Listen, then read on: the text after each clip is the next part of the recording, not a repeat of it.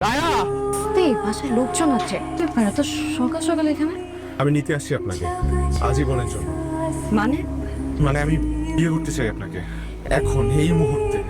আর আপনার মা রাজি হয়েছে নাকি যুদ্ধ করে আসছে? আমি এই মুহূর্তে আমার মাকে নিয়ে চিন্তা করতে চাচ্ছি না।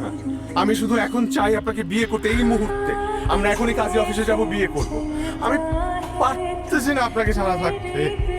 আজীবন সহ্য করতে পারবেন আমাকে? আপনি পারবেন আমাকে নিয়ে থাকতে? আমি তো পারবো। না,